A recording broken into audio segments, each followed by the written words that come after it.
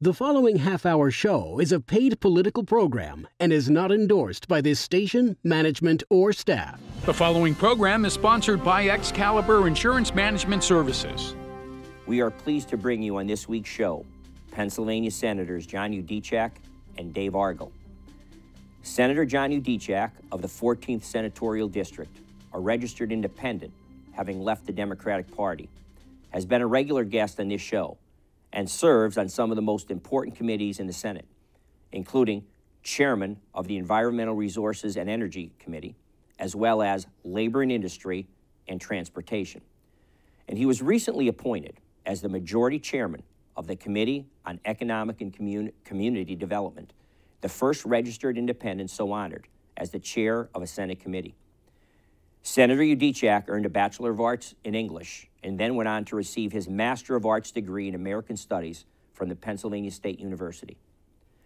Senator David Argell of the 29th Senatorial District was originally from Tamaqua and went on to graduate from Lycoming College with a degree in Political Science and International Studies. He then went on to get his master's degree from the Pennsylvania State University and finally his doctorate in Public Administration, also from Pennsylvania State University. Senator Argall has been awarded the Guardian of Small Business by the National Federation of Business and the Defender of Liberty Award by the American Conservative Union. The senator currently serves on the important Senate Appropriations Committee and has a large voice in the budget.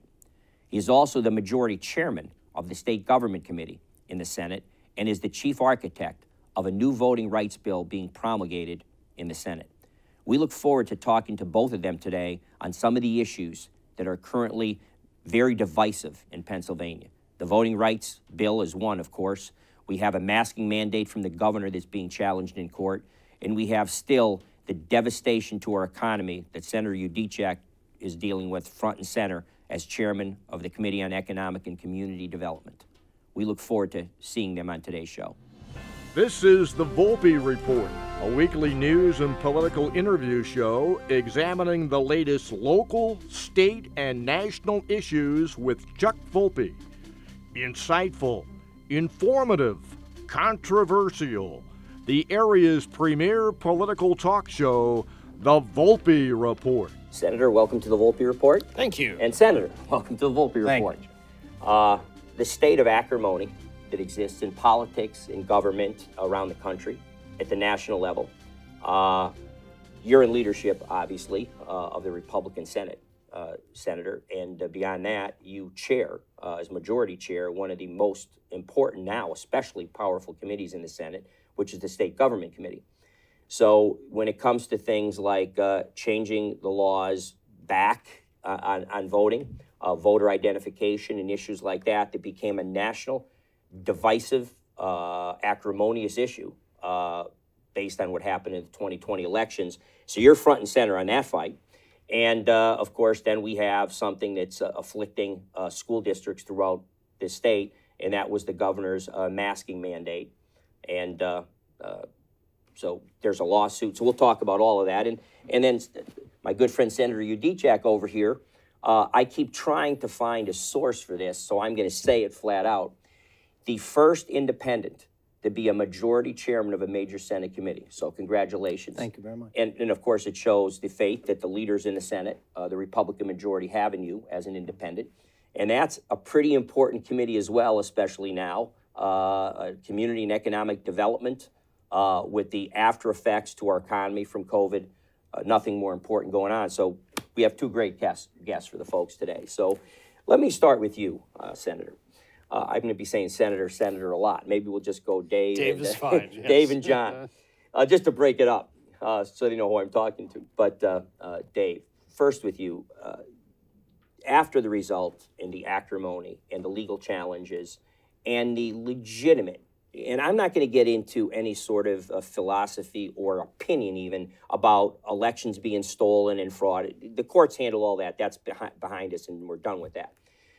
But what I think people don't understand is they're saying, oh, well, the courts decided that, so what the big hubbub? Why are there now voter identification issues? And why is Pennsylvania re-looking at and examining its voter laws that it had agreed to in a compromise with the governor? Well, we have a problem in this country and in a democratic republic. If 40% of the people in this country don't believe in the fairness of or the legitimacy of the outcome, that's a problem. So there is, and again, without getting into any who's right, who's wrong, was there fraud, wasn't there fraud, if you have almost half the people in this country not believing that the results were fair or done properly, then something needs to be done. So take it from there. Well, John and I, we're not kings, we're not dukes, we're not Earls. Philosophers. We're agents of public opinion.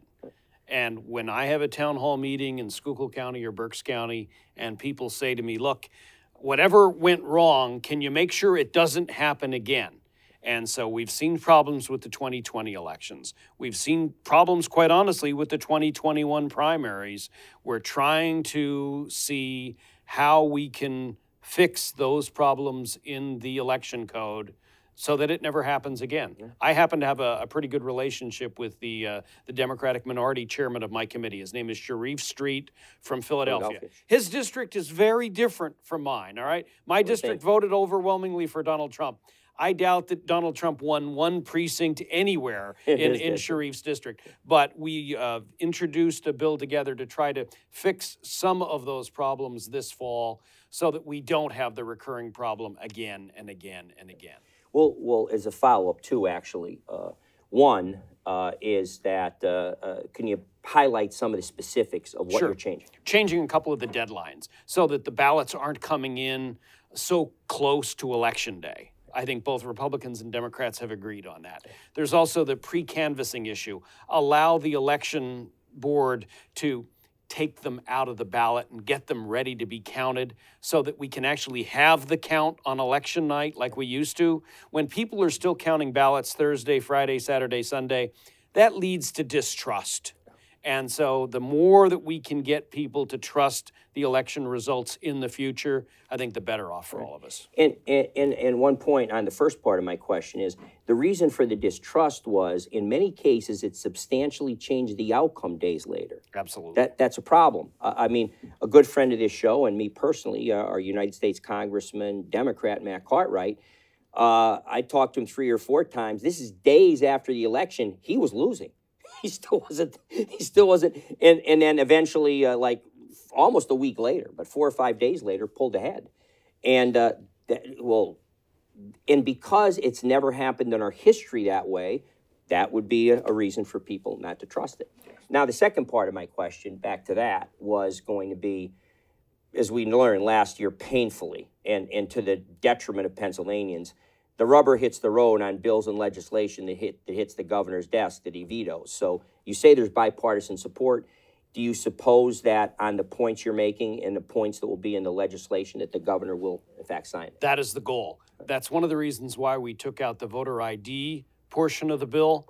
Because we said he would suspect not. He will veto that, although even he kind of reneged a little bit afterward and said, well, maybe I could do this, but not that. So we're kind of confused on that point. But I think the voter ID piece is likely to be constitutional amendment, which doesn't go to the governor. As you know, it goes right to the people for the final decision. What I don't understand, and I would like your opinion on this too, John, as you're both sitting senators in majority leadership in Pennsylvania, I don't understand the issue with voter ID. And I don't mean, people say, oh, he's ignorant, or how could you not? In my view, responsible, reasonable, educated view, the ones that could be called racist, the ones that could be called guilty of Jim Crow are the Democrats, Joe Biden and the Democratic leadership and Governor Wolf, when they say this is somehow Jim Crow and racist, to require the same simple ID that people need to buy alcohol, check in a hotel room, open a checking account, get on an airplane. If I were African American or of any color, and they were telling me that I was not educated enough, enlightened enough, sophisticated enough to fill out a simple ID, that to me is the most pejorative, racist, disgusting I've ever heard in my life. I don't understand the issue based on what I just said. I mean, John, political parties want to gain advantage, and the Democratic side believe they have an advantage if there's no voter ID, that they can drive folks to the polls. And it becomes, all of these issues go through that partisan lens these days. The polarization the divide is so deep that if the Republicans support voter ID, there has to be a negative connotation. You're correct. There should be no problem with folks providing an ID to vote. We want our elections to be fair. There needs to be integrity in the system, and people have to have confidence that they have access to the most fundamental right as American, and that's to vote. There's no reason not to have a voter identification. It's interesting, on the Democratic side of the aisle, you talk about hypocrisy. They want you to have a vaccine card to get into any building in the federal government, but you don't have to have an ID to vote. It makes no sense. Most Americans are with us and believe that you should have to identify yourself to vote. Now, some of the crazy things that went on in the election, it's very interesting. If you remember back to 2016, we had this thing called the Russian collusion. National media fixated on it. Hillary Clinton fixated on it. The election was stolen, and the Russians helped steal the election.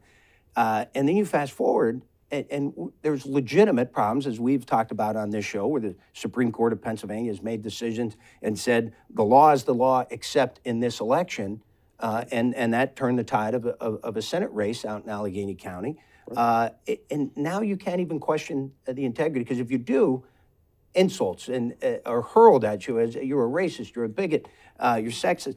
It's outrageous. We're trying to get it right. Senator Argall and Senator Shreve, Republican and Democrat, working together, have really done a great job. Senator Langenholt, who headed up an independent bipartisan commission, did a wonderful job looking at other states, and particularly Colorado, a blue state, that has a lot of these integrity measures. We want to bring that to Pennsylvania. We want to give Pennsylvanians confidence that when they vote, their vote is cast accurately and it's going to be counted. You would think it's fairly simple, that concept.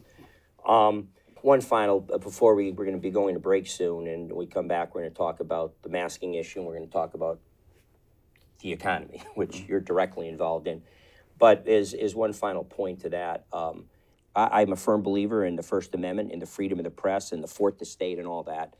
But the press has, like we've talked about to a degree, our courts have gotten into becoming legislatures and become somewhat militant in pushing an agenda. So has the media. And what happened to fair and honest reporting? And now the role social media plays is the bridge to fill in between the bricks, the mortar.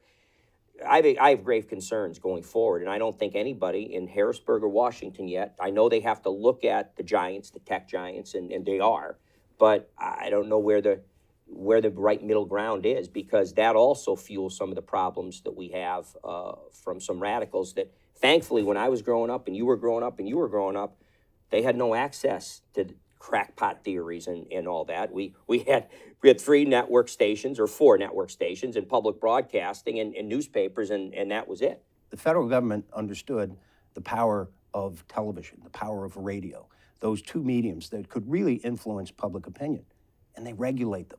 The FCC regulates those 2 mediums. We don't regulate social media. Twitter, Facebook, all of these outlets where folks are able to perpetuate a lie or drive an agenda. And unfortunately, it frustrates me when I watch the nightly news and they have someone's Twitter comment instead of having a story. That you have to get into the story. And so I did an op-ed where I said that has changed politics in a very negative way, social media. Folks have an echo chamber. They don't get into an issue. They don't understand an issue. They take one comment out of context, and that becomes the story. And then it drives the General Assembly. You're reacting to things that aren't legitimate public opinion.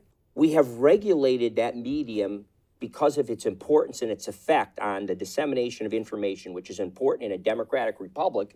Yet somehow the argument, well, they're privately owned, and like Facebook and Mark Zuckerberg and all that. So that since they're privately owned, you know, I don't get it. Once you go and put out information to the public, and we have to acknowledge that now, whether it's coming from ABC, Fox News, or a social media platform, whether it's Twitter or Facebook or whatever, it's out there and needs to be regulated. What's behind that screen is what scares me. I have 4 daughters, and I've tried to tell them about algorithms. I said, that's not my favorite rock band, algorithms. That's a serious thing that pushes and influences everything you do, because that's everything that they gain in terms of information is generally off an iPad, an iPhone, or a device. That's very scary that they're sophisticated, even artificial intelligence, that are driving that information, pushing you to buy a certain thing, right, pushing you to have an opinion on an issue. You know, how did some of these issues, we went, you know, on the issue that, you know, we're going to talk about the economy in a little bit, and Dave and I have been on the same page in trying to help the natural gas industry, number 2 producer in the country of Pennsylvania, and we have the governor going and trying to into Reggie, which is going to really hurt, kill the waste coal industry that Dave and I have been very hopeful to, kill the coal industry, hurt the natural gas. 20 years ago, when we did the Alternative Energy Portfolio Standards Act, environmentalists hailed natural gas as a clean energy. And now it's changed. How did that change? Social media changed that. And now it is fossil fuels or a terrible world because social media says so. But yet, we went through a pandemic, and if you didn't have petrochemical manufacturing, you wouldn't have had an N95 mask. That's produced by the petrochemical industry. And so this disconnect in terms of our discourse in the General Assembly and what's going on those social media platforms is seriously doing a disservice to the American people, and certainly in politics today. There's no question. Well, regrettably, I'm enjoying this discussion. We have to take our break. We are here today with Senators Dave Argall and Senator John Yudichak, both important members of Republican leadership in the Pennsylvania Senate, both chairs of important committees with the Pennsylvania circa 2021. One state government chairman, Senator Argall, who's dealing with the voting legislation that's so important, so divisive, but so important. And Senator Yudichak, who's going to get front and center on economic development as he chairs that committee coming out of the pandemic. So we'll be back after these messages. Every week, Chuck Volpe shares his perspective on Pennsylvania issues in the news and on your mind. From new laws being introduced in Harrisburg and Washington to government spending and even local controversies, hear how they affect us in Northeast and Central Pennsylvania. Catch Volpe's views every Tuesday on the Fox 56 News, first at 10. Welcome back. We're here today with Senators Dave Argall and Senator John Yudichak. And we've had a pretty lively conversation in the first half of the show about some changes that could be coming to Pennsylvania. We're going to turn our attention now, John, to you first. And you chair the important committee, especially now, of Community and Economic Development. You're the majority chair, as I said, by all accounts, the first independent ever to be so honored. And just to give you a little bit of my, as I like to lay foundations to set up questions, we went through an illegal, unconscionable, immoral shutdown by our governor, which a federal judge, no less, declared unconstitutional and illegal. And after doing his best to effectively wipe out Pennsylvania's economy, meaning our governor, despite the efforts of the legislature to rein him in, and finally you have that power to rein him in, thanks to your state government committee and the people of Pennsylvania. Now I find post-pandemic, even though we're still in it, now that everything's pretty well opened up, we were, sharing some anecdotes yesterday. I know, sharing some stories, and we've now gone from our government in Pennsylvania, especially hurting business, putting many of them into bankruptcy by shutting them down, doing it unfairly and unconstitutionally, to now hurting business again because the Democrats effectively have disincentivized people from going back to work by sending them $600 of our grandchildren's tax obligation that they're going to have to pay back in terms of pandemic relief. They effectively paid these people to stay home right through the summer.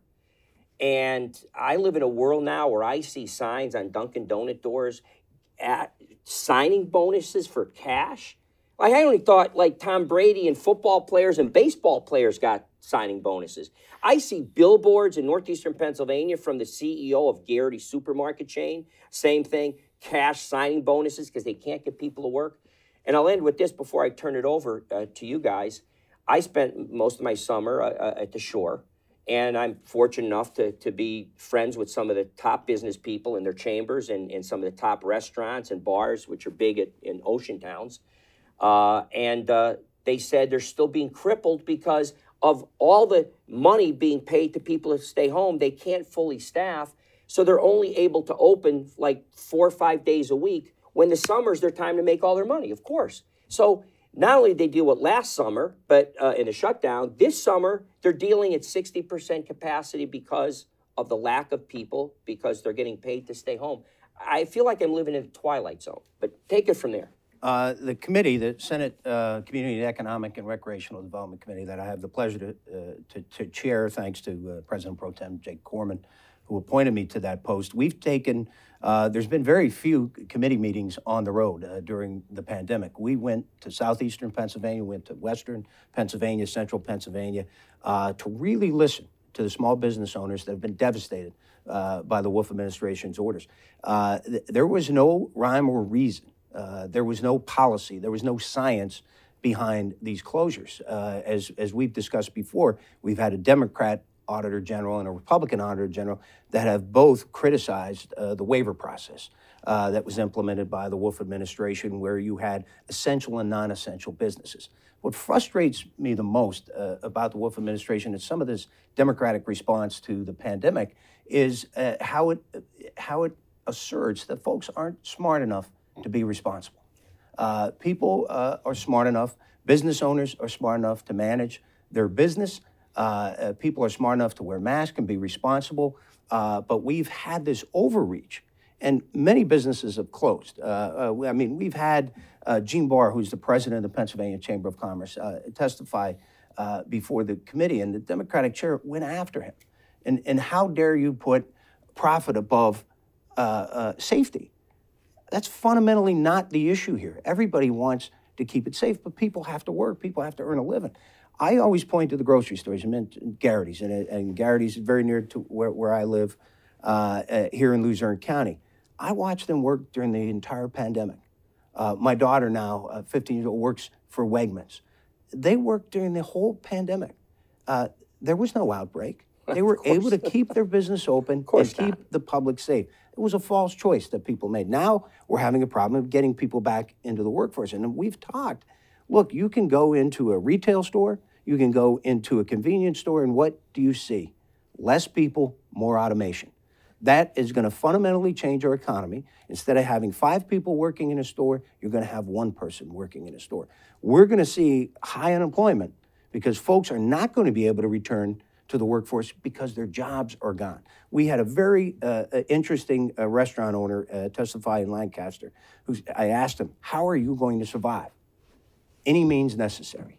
Right. That was his answer. We'll find a way. If we got to cut days, if we got to do automation, if we got to have a kiosk on the table instead of a waiter, we're going to figure it out because this is how I provide for my family. Unfortunately, the Wolf administration, they have not looked at it. They didn't bring in Gene Barr. They didn't bring in the workforce development team. They know better. They know better. And they've really made Pennsylvanians suffer. And small businesses particularly have been hurt. Restaurants, the hospitality industry, trying to bring back tourism. Tourism is our #2 industry in Pennsylvania, and a big deal to northeastern Pennsylvania, Carbon County, the Poconos. And they've been devastated. Now, we've been fortunate the federal government kind of opened the checkbook and helped sustain them, but eventually you can't continue to send the checks from the federal government. You're going to have to get people back to work. The unemployment bonus has ended. Child care is still a serious issue. That's a big reason. Folks that can't provide.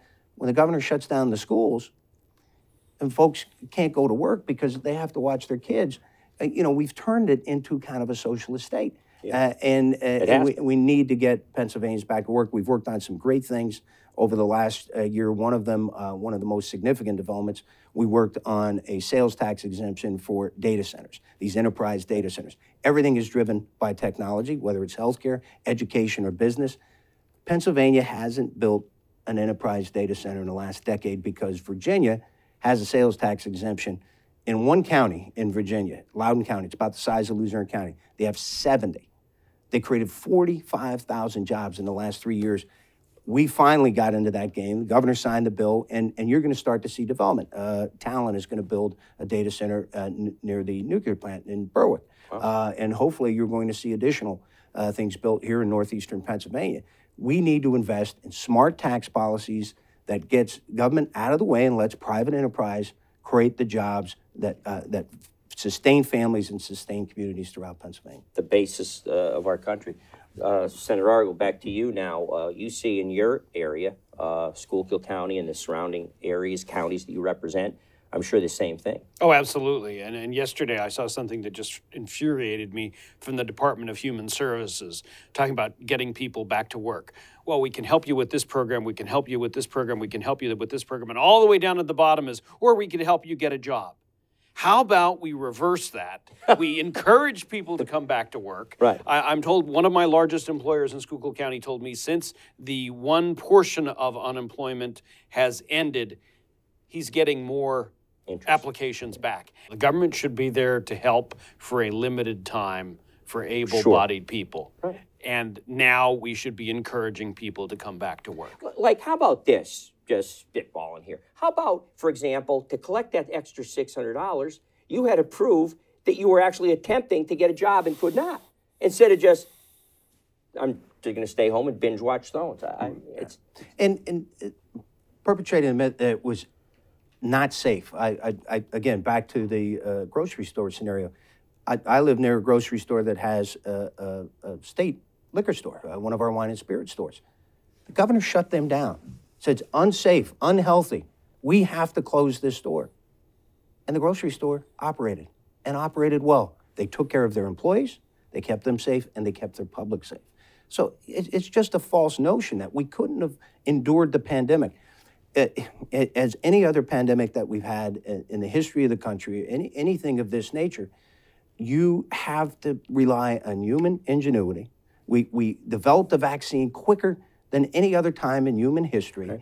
Right. We can adapt. To say that folks aren't smart enough to be responsible is so disappointing to me, but that has become almost a political position of the left. Right. That we know best, we know better, and we're going to tell you how to live your life, and you're going to live your life in your home with the doors locked and the shades drawn, and we're not going back to work. That's not America. People want to work. And they want to build their communities, and they want to provide for their families. There's, as I point out, President Biden, one of the things that I always liked that he said, he talked about his father, and when they had to leave Scranton and go down to Delaware, the dignity of a good job. Right. There's dignity in work. Right. They're ripping that away from folks. You can't rip away that dignity of going to work every day and earning a living. No question about it. Since we're out of time, I'll just, kind of a passing comment.